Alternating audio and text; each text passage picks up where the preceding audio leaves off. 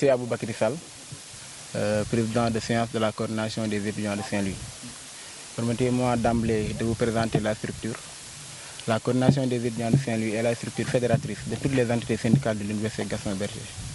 Elle comporte tous les délégués du FR ainsi que tous les titulaires de la commission sociale. C'est avec une posture responsable et une démarche cohérente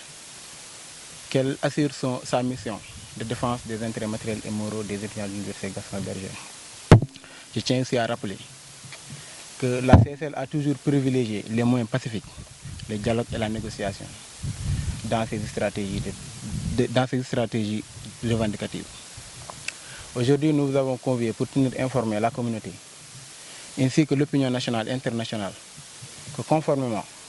à la résolution prise par l'Assemblée de l'Université le jeudi 11 avril 2019 suite aux événements du mercredi 10 avril 2019, que la commission de discipline s'est réunie le lundi 29 juillet 2019. La dite commission avait traduit l'ensemble des coordinateurs de la CSL devant le conseil de discipline. Elle avait proposé à l'Assemblée de l'Université l'exclusion définitive et perpétuelle de tous les établissements de l'Université, quatre de nos camarades coordonnateurs. Je profite de l'occasion pour leur rendre un vibrant hommage, leur dire merci pour le service rendu à la communauté, mais également leur dire que nous sommes les héritiers d'une grande nation. À Verdun, un chevalier sur quatre tombé à la sortie de la tranchée. Aujourd'hui, un coordinateur sur quatre est tombé. On ne s'excuse pas d'avoir des héros. Notre devoir est de les respecter et de réfléchir sur ce qui fut leur destinée. Devant votre vie brisée, pour notre liberté, j'éprouve gratitude et tristesse. Je tiens à rappeler que ces événements du mercredi 10 avril 2019 sont les conséquences directes d'une négligence manifeste de l'autorité face à la précarité qui sévissait au sein de l'université, entre autres. Ces eaux usées qui se déversaient à tort et à travers dans nos chambres jusqu'à dans nos restaurants universitaires, ces ruptures incessantes et ces mauvaises prestations dans les restos, la promiscuité dans les chambres, le refus d'achever et de livrer les nouveaux logements, l'absence de wifi pour la recherche, la voirie interne, et j'en passe. Face à de telles situations, la CSL, après avoir épuisé toutes les voies de négociation, toutes les voies pacifiques, avait décidé, après avoir convoqué sa base, de poser des actes allant dans le sens de rétablir l'étudiant dans son droit le plus absolu. À la suite de la résolution de l'Assemblée de l'Université, la CSL avait décidé de ne pas ni mêler, ni prendre la communauté estudiantine sanaroise comme bouclier, d'en assumer pleinement la responsabilité. C'est dans cette même logique que depuis l'annonce de la sanction, la CSL n'a entrepris aucune action, je dis bien aucune action, allant dans le sens de bloquer la pédagogie ou de faire office de violence. Je tiens à préciser que la CSL reste opiniâtre face aux besoins des étudiants. Elle reste imperturbable face à cet acharnement dont elle fait l'objet. L'intérêt de l'étudiant reste le seul baromètre à l'aune duquel elle mesure son degré d'engagement. Nous appelons la communauté au calme et à la sérénité. Merci. Qu'est-ce que vous comptez faire par rapport à cette décision d'exclure ces étudiants? Comme je l'ai dit tantôt, depuis la résolution de l'Assemblée de l'Université, la CSL avait décidé de ne ni mêler, ni prendre les étudiants comme bouclier, d'assumer pleinement la responsabilité. Et que depuis l'annonce de la sanction, elle n'a entrepris aucune action allant dans le sens de bloquer la pédagogie ou de faire office de violence. Elle compte recourir à tous les voies et moyens légaux qui lui sont permis pour faire revenir la commission à de meilleurs sentiments et sur sa décision. Et comment eux, les principaux concernés, les principaux concernés ont appliqué cette légalité? Comme j'ai dit, nous sommes des coordonnateurs. Et à notre intégration à cette grande structure, nous avons été préparés à ces éventualités. Donc eux, à l'annonce de cette verdict, tout naturellement, ce sont des choses auxquelles ils étaient déjà préparés et que c'est en toute responsabilité et avec humilité qu'ils l'ont aperçu. Donc quand vous dites que vous attendez à ce que les autorités reviennent à de meilleurs sentiments, vous attendez à ce que ces étudiants soient réintégrés? Effectivement, il y a des voies légales qui nous sont permises, les recours gracieux, et recours juridictionnels. Et nous espérons ne pas arriver à ce point.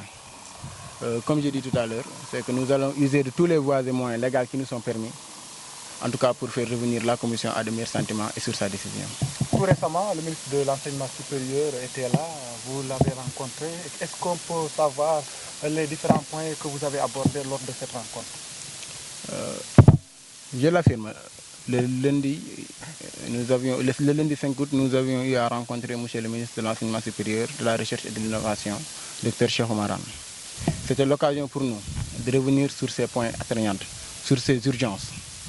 de l'université, sur la question de l'assainissement, sur la question de la bourse, sur la question des logements, sur la question des restos, sur la question de la voirie interne. Sur tous ces points, en tout cas, qui avaient fait que le mercredi 10 avril 2019, la coordination des étudiants de Saint-Louis s'était levée. Est-ce que vous êtes satisfait au sortir de cette rencontre? À la sortie de cette rencontre, la satisfaction que nous avons eue, c'est que le ministre a promis une rencontre de présentation de la plateforme qui aura lieu bientôt.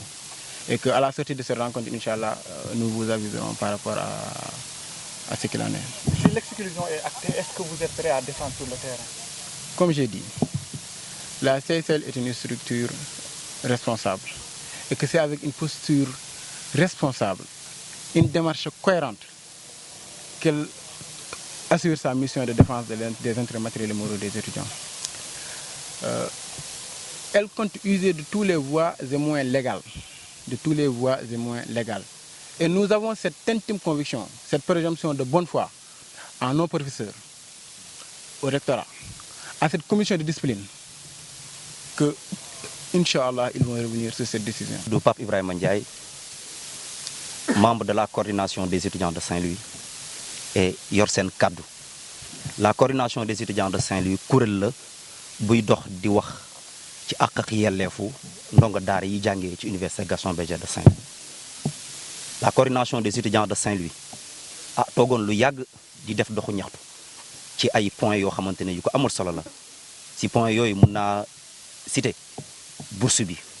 retard bi nga xamante ne am na ci bourse bi voirie interne tali yi néeg yu xat yi nga xamante ne si étudiants yi ñu ngi fa nekk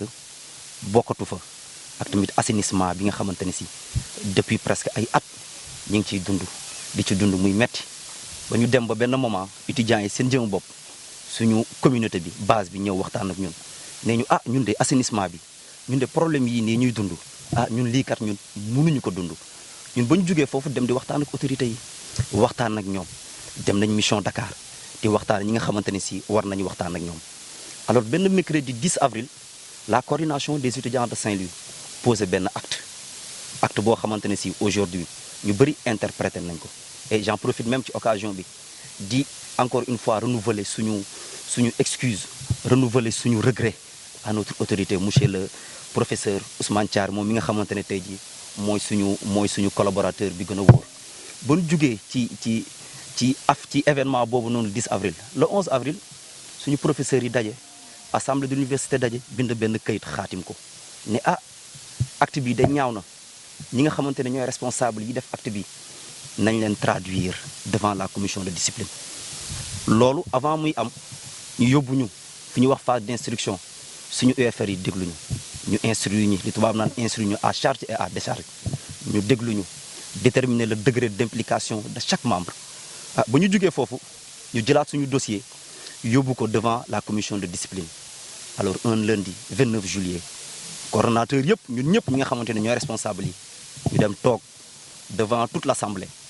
devant la commission de discipline devant recteur bi syndicat yi ñu àtte ñu ba ñu àttee nag ñenn si ñun de ñu ne leen defoo leen dara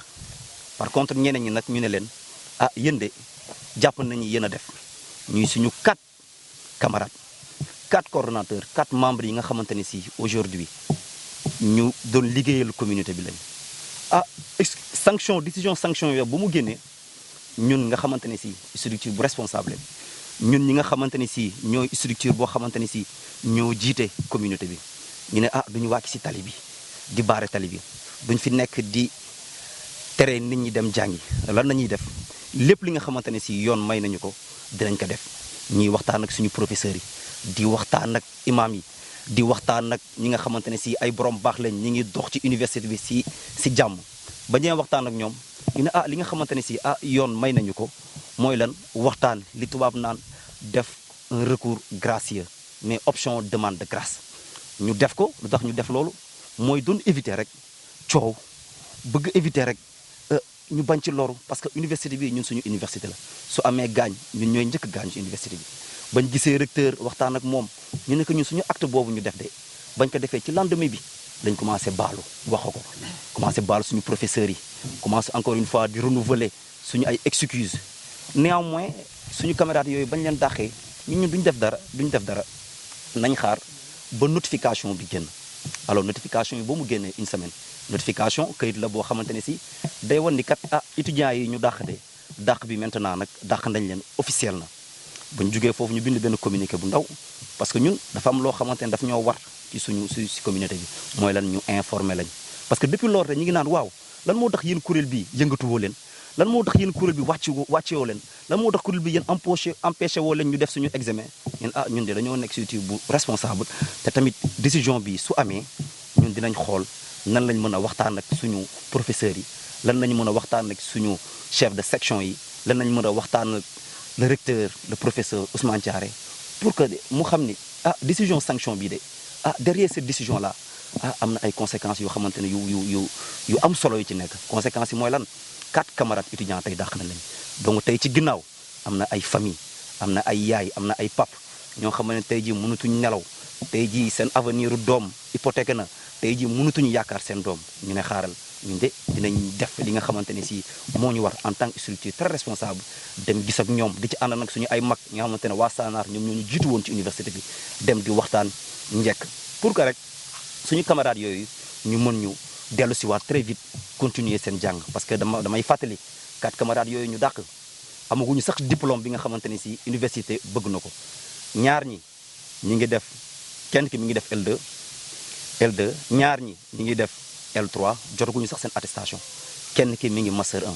donc ñooñu noonu tey ji nga xamante ne seen diplôme taxukaay yéeg trop ñooñu nga xamante ne ci tey ji seen papa yi yaakaaroon nañ ci ñoom lii de ba mu amee de ñun de lu ñu mën rek mooy comme ni ko président waxee léegi 2 possibilités yooyu ñu amoon muy benn bi recours gracieux beneen bi recours juridictionnel ñun duñu dugg ci recours juridictionnel parce que ñun suñu professeurs yi suñu ay papa lañ suñu professeurs yi suñu ay grand frère lañ donc nañ leen ñaan à ce que rek ñu baal suñu camarades yi ba ñu mën ñu retrouver waat très vite. est-ce que nekk leen di seral d'autant plus que dàq nañ leen déggul ngeen yëngal benn yoon lan ngeen fas yéene def ñu demee ba acte décision bi. waaw ba ñu defee acte boobu le 10 avril dañoo xëy rek ki nga xamante ne si moo yoroon suñu kaddu jug ne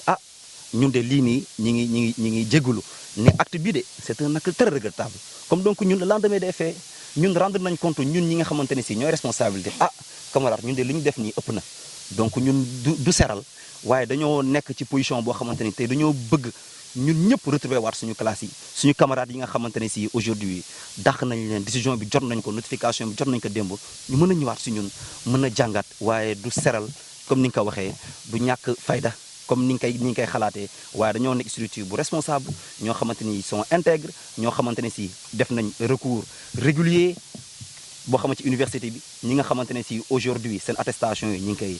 mi ngi nii mun naa lañ ko wan c'est des étudiants très excellents c'est des étudiants très intègres donc loolu noonu su amee ñun duñ ci mën a xeex duñ ci mën a xuloo waaye dañuy waxtaan ak suñu professeurs yi et di ñaan tamit ñoom dinañ revenir aat ci décision boobu noonu